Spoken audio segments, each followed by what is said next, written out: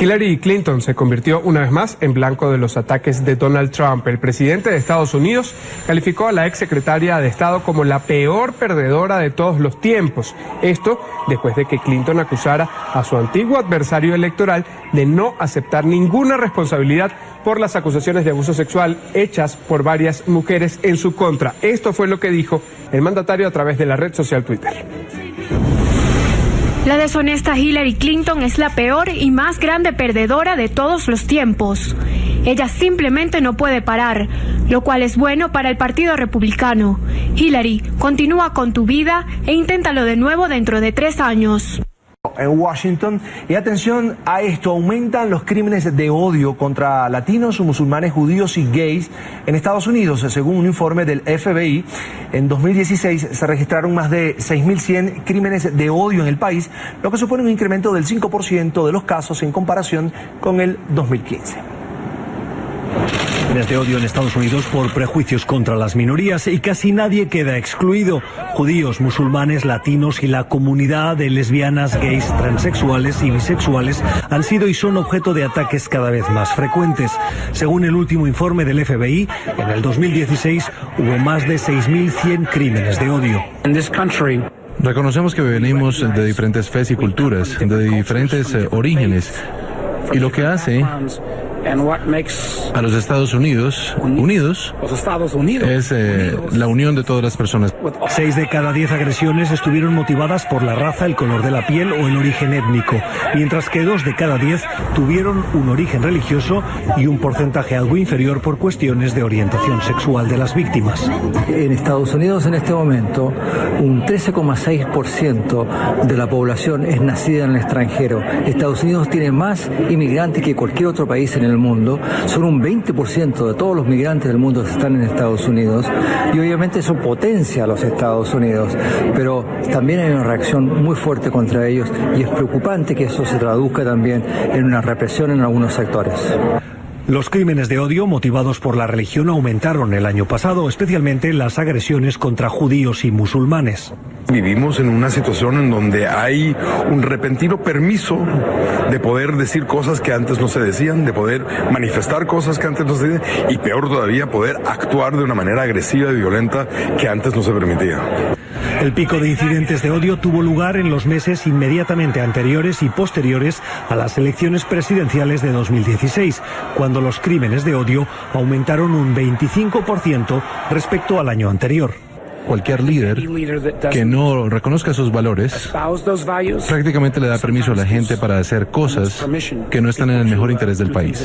Trump ha creado un momento de permiso y permisividad de hablar mucho más violentamente, de hablar mucho más abiertamente sobre los enojamientos que uno tiene. Y esa frustración, responda o no a argumentos verdaderos, se manifiesta, según el informe, en asesinatos, pero también en agresiones como crear incendios, vandalismo, asaltos o amenazas motivadas por la raza, etnia, religión, orientación sexual, género, identidad de género o discapacidad de la víctima.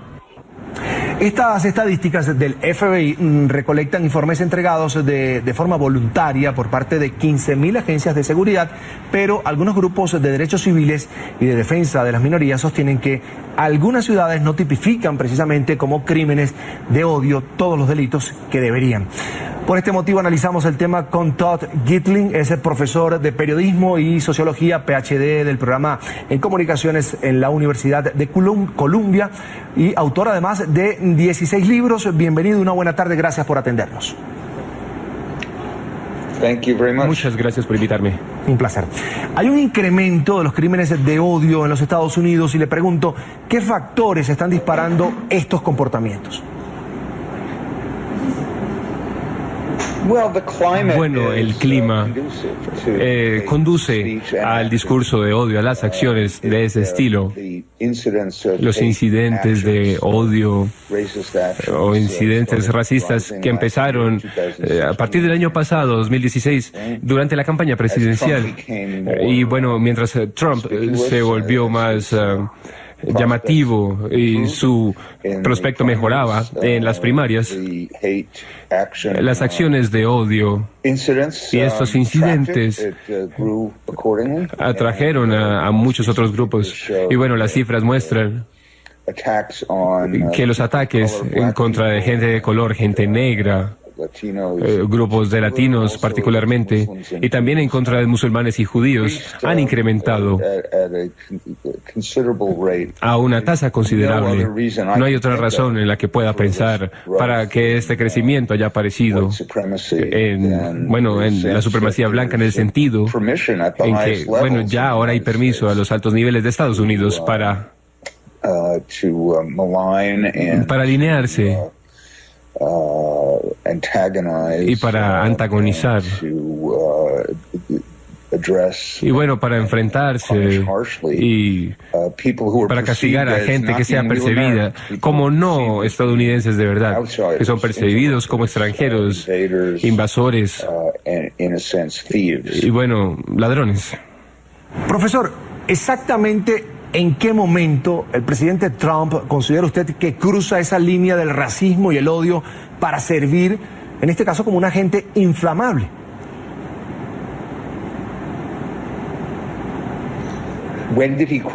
¿Cuándo cruzó esa línea?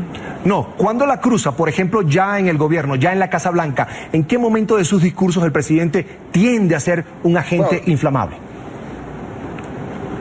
Él cruzó la línea tan pronto como anunció que construir un muro era esencial, un componente esencial en su programa. Y tan pronto empezó a dirigirse a los mexicanos como violadores y asesinos también.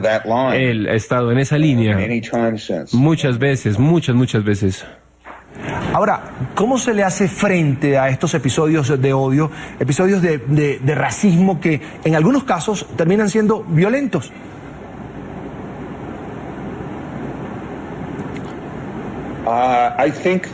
Yo creo que Trump y el Partido Republicano deben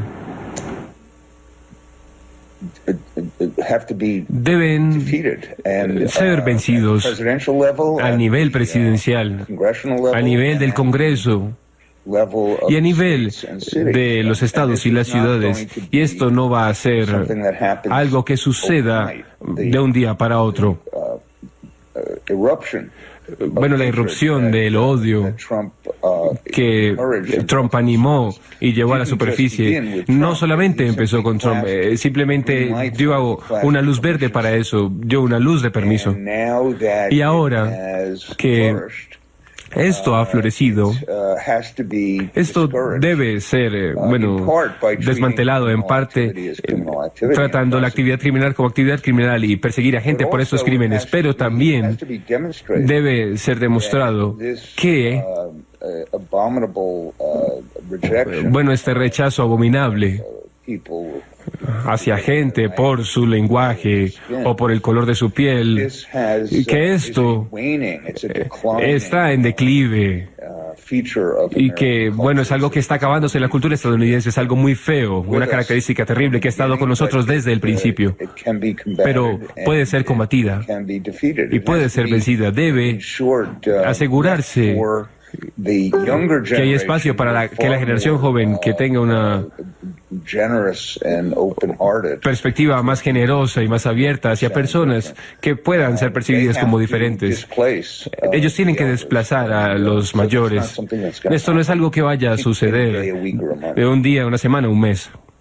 Señor Gitling, ¿qué tanta atención le prestan las autoridades en Estados Unidos a este tema? ¿Realmente les preocupa y qué hacen además para evitarlo?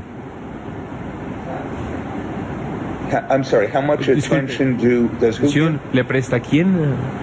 Le preguntaba que qué tanta atención le prestan las autoridades federales, regionales, locales en Estados Unidos a este tema y si realmente les preocupa como tal y qué hacen para evitarlo.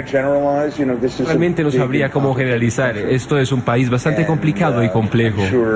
Yo estoy seguro de que hay lugares del país donde la policía es honorable y se toma su trabajo en serio. En mi propia ciudad, Nueva York, creo que no es un lugar donde la violencia en contra de los latinos sea apoyada.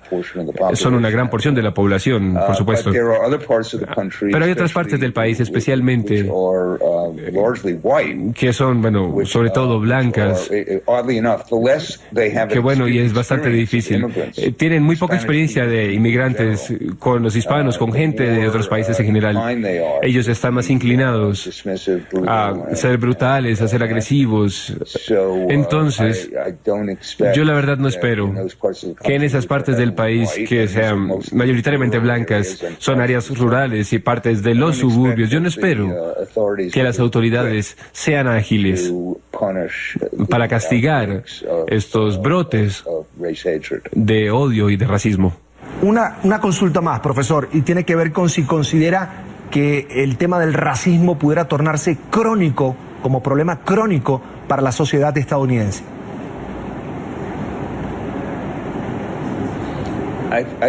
Yo creo, como dije, creo que ha sido una cosa particular.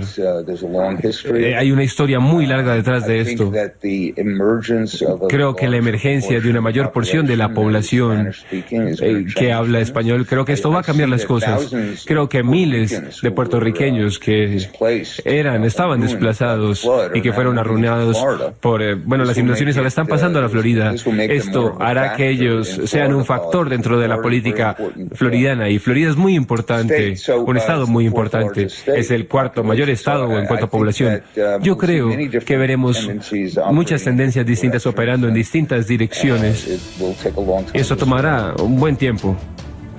Bien, quiero agradecer a Todd Gitling, es profesor de periodismo y sociología, además PhD del programa en comunicaciones de la Universidad de Columbia y autor de 16 libros. Gracias por estar con nosotros aquí en la tarde fin de semana, fue un placer. Placer, gracias. Buena suerte.